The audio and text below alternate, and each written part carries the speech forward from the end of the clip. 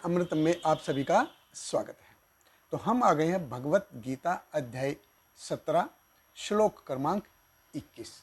तो भगवान हमको दान के बारे में बता रहे हैं कि कैसे दान प्रकृति के 3 गुणों द्वारा अभिभूत होता है, कि कैसे दान प्रकृति के 3 गुणों द्वारा प्रभावित होता है, कि कैसे वो दान सात्विक हो सकता है, कैसे वो दान राजसिक हो सकता है और कैसे वो दान तामसिक हो सकता है। और पिछले श्लोक में भगवान ने हमको सात्विक दान के बारे में बताया। इस श्लोक में भगवान हमको राजसिक दान के बारे में बता रहे हैं। तो भगवत गीता अध्याय 17 श्लोक क्रमांक 21 भगवान कृष्ण कहते हैं, यत्तु प्रत्युपकारार्थम फलम उद्दिश्य वा पुनः दीयते च प्रीक्लिष्टम तत्दानम राजसम स्मृतम। भगवान कृष्ण कहते हैं, किंतु जो दान प्रत्युपकार की भावना से या कर्म फल की इच्छा से या अनिच्छापूर्वक किया जाता है वह रजोगुणी राजस कहलाता है। देखिए, भगवान कृष्ण कह रहे हैं यत तू, तू अर्थात डेफिनेटली। अब उसके पीछे का उद्देश्य क्या है? जो दान दिया जा रहा है उसके पीछे असल में उद्देश्य क्या है? भगवान कृष्ण कहते हैं प्रति उपकार अर्थम, कि मैंने किसी को दिया है, मैंने किसी के लिए अच्छा किया है, तो मुझे कुछ वापस मिलना चाहिए। भाई, इसमें मेरा क्या फ़ायदा है? तो कभी कभी लोग जो है स्वर्ग जाने की इच्छा से दान करते हैं, कि अगर ये दान दे दिया तो स्वर्ग की प्राप्ति होगी। फिर भगवान कृष्ण कहते हैं कि फलम उद्देश्य व पुण्य, यानी कि बदले में कुछ मिलने की आशा, रिटर्न गिफ्ट। आजकल होता है ना कि जो बच्चे देखते हैं बर्थडे पार्टी में जाते हैं, तो अभी रिटर्न गिफ्ट देने की प्रथा चल गई है। हमारे समय में ऐसा कुछ था नहीं। जो बर्थडे भी होता था तो बहुत जो अमीर होते थे वो मनाते थे, बाकी नॉर्मल आदमी जो थे वो बर्थडे वगैरह ऐसा नहीं मनाते। अभी क्या है, सभी बर्थडे करते हैं और सभी रिटर्न गिफ्ट देते हैं। रिटर्न गिफ्ट की प्रथा चल गई। आपने देखा भी होगा, बच्चे गए हैं बर्थडे पार्टी में तो वो जब पार्टी से वापस आएंगे तो साथ में कुछ ना कुछ वापस लेकर आते हैं। तो बच्चों को ये अपेक्षा रहती है कि मेरे को बदले में क्या मिलेगा। आजकल देखिए, शादी में भी कुछ अगर किसी के लिए गिफ्ट लेके जाते हैं तो बदले में कुछ ना कुछ वापस वो देते हैं, या किसी और फंक्शन में भी जाते हैं तो बदले में कुछ ना कुछ वापस देते हैं। तो रिटर्न गिफ्ट की प्रथा चल गई है।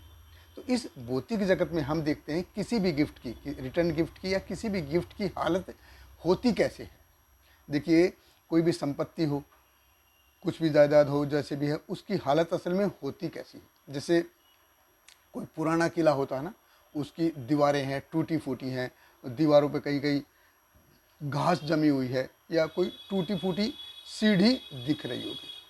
अब किसी ज़माने में बहुत सुंदर होगा, बहुत जब नया होगा तो सोचिए उसकी शान शौकत क्या होगी। लेकिन अब कैसा हो गया है, अभी सिर्फ उसकी टूटी फूटी दीवारें ही बची। ये भौतिक जगत असल में ऐसा ही है। तो कितना भी बड़ा क्यों ना हो, कितना भी विशाल काय क्यों ना हो, कितना भी महाकाय क्यों ना होने दो, कितना भी सुंदर क्यों ना होने दो, जो रुकता है ना वो बहुत ही थोड़े समय के लिए रुकता है। बाकी सब कुछ क्या है, समय के प्रभाव से सब कुछ नष्ट हो जाता है। तो ये जो राजसी व्यक्ति है ये समझ ही नहीं पाता है कि सब कुछ समय के द्वारा कंट्रोल किया जा रहा है। अब मेरे पास अपना प्रभाव दिखाने के लिए बहुत ही कम समय बचा है। इस तरह से हम देखते हैं, यत तु प्रति उपकारार्थम फलम उद्देश्य व पुनः। फिर भगवान कृष्ण कहते हैं, दिए ते च प्रीक्लिष्टम, कि ये मैं दे रहा हूँ लेकिन बहुत ही अनिच्छा से दे रहा हूँ। इसमें मेरे देने की इच्छा नहीं है, लेकिन मेरे को ये देना पड़ रहा है। जो पिछले श्लोक में हमने देखा था सात्विक दान कैसा था, दातवम इति, अरे भाई ये मेरे को देना है, ये मेरे को देना ही चाहिए, ये मेरे नाम का है लेकिन एक्चुअल में मेरा नहीं है। यहाँ पे ठीक इसके विपरीत है, इसके उल्टा है, इसके अपोजिट है कि ये मेरे को क्यों देना पड़ रहा है।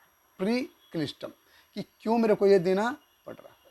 जैसे कभी यज्ञ कराते हैं या कोई पूजा कराते हैं तो ब्राह्मणवादी को, जो भी ब्राह्मण होता है, जो भी कोई पूजा करता है तो उसको देते हैं तो बोलते इतना क्यों देना पड़ रहा है भाई, तुमको इतना क्यों चाहिए।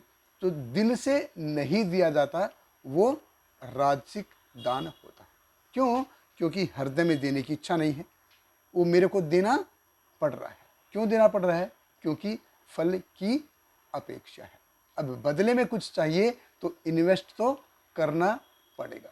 अगर इस भावना से अगर दान दिया जा रहा है तो तत् दानम राजसम उदारता, तो वो दान राजसिक दान कहलाता है। अगले श्लोक में भगवान हमको तामसिक दान के बारे में बताएंगे। हमारे साथ बने रहिए। बहुत बहुत धन्यवाद। हरे कृष्ण। शैल प्रपाद की जय।